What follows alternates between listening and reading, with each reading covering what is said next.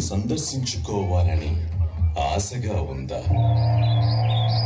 అలాగైతే రండి, వైశాఖ పౌర్ణమి రోజున శారదా నదీ తీరాన ఒక మలిసంధ్య వేళ విశాఖపట్టణానికి 45 కిలోమీటర్ల దూరంలో శంకరం అనే గ్రామంలో ఉన్న బొజ్జన్న కొండకు రండి.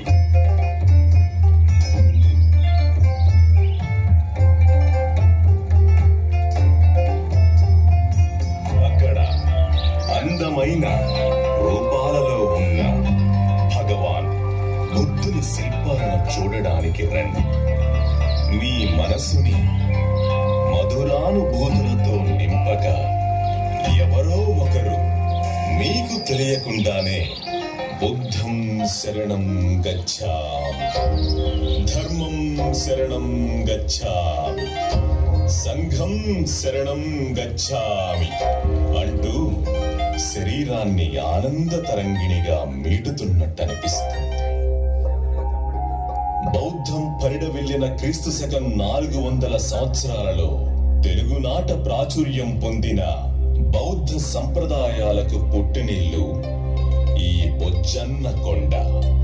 అక్కడ మహాస్తూపాన్ని దర్శించుకునే సమయంలో హీనయానం, మహాయానం, వజ్రయానం ఇలా 3గా విభజన జరిగినప్పుడు బౌద్ధం కూడా మహారాజు దండాన్ని పట్టిన చేతులతో భిక్ష పాత్రతో బుద్ధ భగవానుడు మనతోటి నడిచిన మహా త్రిశరణం అర్థమవుతోంది.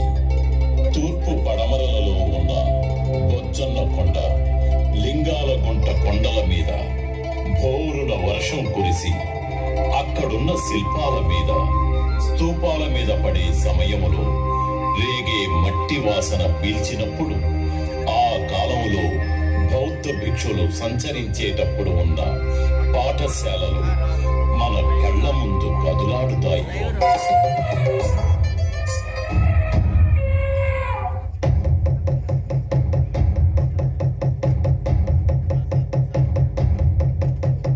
శుద్ధోదర మహారాజులకు సారథి ప్రణామములు. మా పుత్రుడు సిద్ధార్థుడు పూదోడుకు వెళ్ళు సమయమందు అతనికి ఎదురుగా ముసలివారు, వ్యాధిగ్రస్తులు, పార్థవ దేహాలు, సన్యాసులు రాకూడదని సైనికుల్ని ఆజ్ఞాపించండి. అంతేగాక మార్గమంతటా సుగంధ పరిమళాలను చిలకరించండి.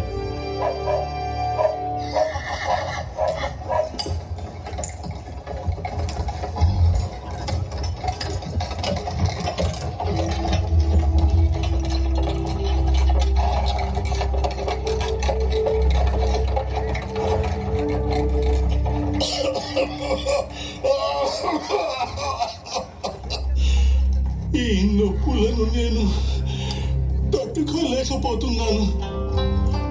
ఈ వ్యాధితో బతకడం కన్నా మరణించడమే మేలు.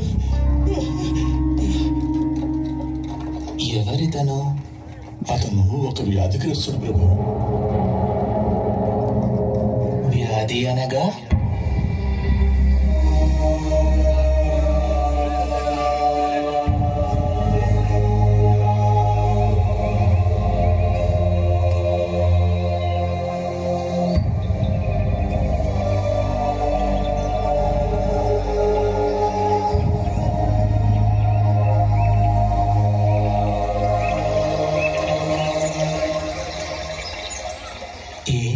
ఈరోజు ఇంత భారంగా గడిచినది.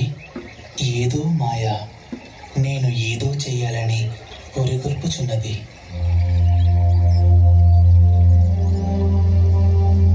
రేపది నన్ను ఇచ్చటనే ఉండనిచునా, లేక వేరే ఇచ్చటనైనను తీసుకువెళ్ళి వదలనా? మానవుల దుఃఖాలకి కారణం ఏమిటి?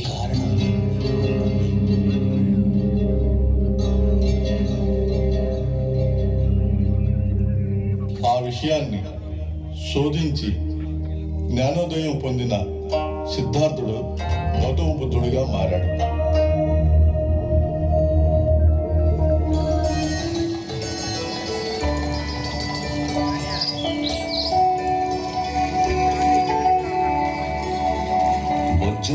ఎక్కి చూసినచో కనుచూపు మేర పచ్చని పొలాలు ప్రకృతి మాత ధరించిన పట్టు పీతాంబరం వలె కానవచ్చు. బొజ్జన్న కొండ. ఈ కొండపై మనోహరముగా చెక్కబడిన గౌతమ బుద్ధుని విగ్రహాలు ఎంతో అందముగా కనిపించు. ఈ గుహాలయాలకు దగ్గర బౌద్ధ సన్యాసులు ధ్యానం చేసుకునేందుకు వీలుగా నిర్మించిన స్తూపాలు ఉన్నాయి. 2000 సంవత్సరాలకు పైగా చరిత్ర కలిగిన ఈ అద్భుత కట్టడాన్ని పురావస్తు శాఖ జాతీయ కట్టడంగా గుర్తించింది. ఇక్కడ ఉన్న విగ్రహాలను, గుహాలయాలను క్రీస్తు శకం 4 నుండి క్రీస్తు శకం 9 వరకు నిర్మించారు. మరికొందరి భావన ప్రకారం ఇవి క్రీస్తు పూర్వం 3వ శతాబ్దం నుంచి క్రీస్తు శకం 9 వరకు నిర్మించి ఉండవచ్చు. వీటిని 2 అంతస్తులుగా తొలిచారు.